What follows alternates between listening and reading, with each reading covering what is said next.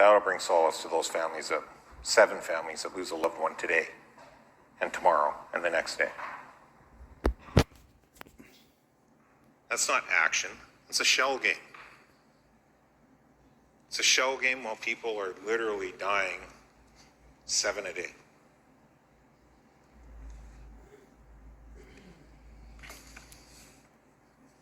And then, for all of the transparency talk, it's very interesting. I believe it's page 42 in the budget. And we heard about page 42 earlier in question period, where the cabinet is relieving themselves of the obligation of needing to actually not go into deficit or see a holdback of their pay, essentially giving themselves a raise with no accountability attached to it. But if you look a paragraph or two below that, the minister is actually doing something much more worrisome and much less transparent.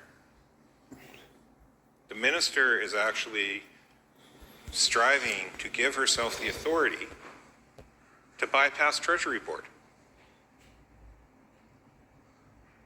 She's giving herself the authority for her or the vice chair of Treasury Board, which is the Environment Minister, to bypass Treasury Board and just make approvals on their own. It also makes me shake my head at the internal transfer from health to Minister of Mental Health and Addictions. Literally a shifting of dollars within a budget line item so that the Premier no longer has to be embarrassed that his office budget is technically no longer larger than the Minister of Mental Health and Addictions.